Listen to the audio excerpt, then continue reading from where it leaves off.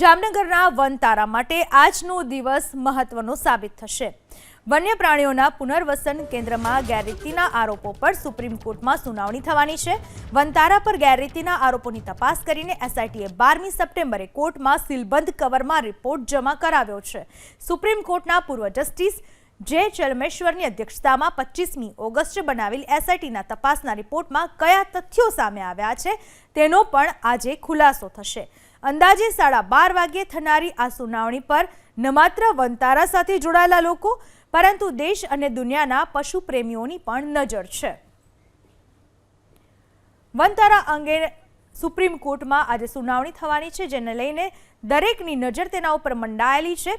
વન્ય પ્રાણીઓના પુનર્વસન કેન્દ્રમાં ગેરરીતિના આરોપો લાગ્યા હતા, જેના ઉપર સુપ્રીમ કોર્ટમાં સુનાવણી થશે। ગેરરીતિના આરોપોની તપાસ કરીને એસઆઈટીએ 12મી સપ્ટેમ્બરે કોર્ટમાં સીલબંધ કવરમાં પોતાનો રિપોર્ટ જમા કરાવ્યો છે।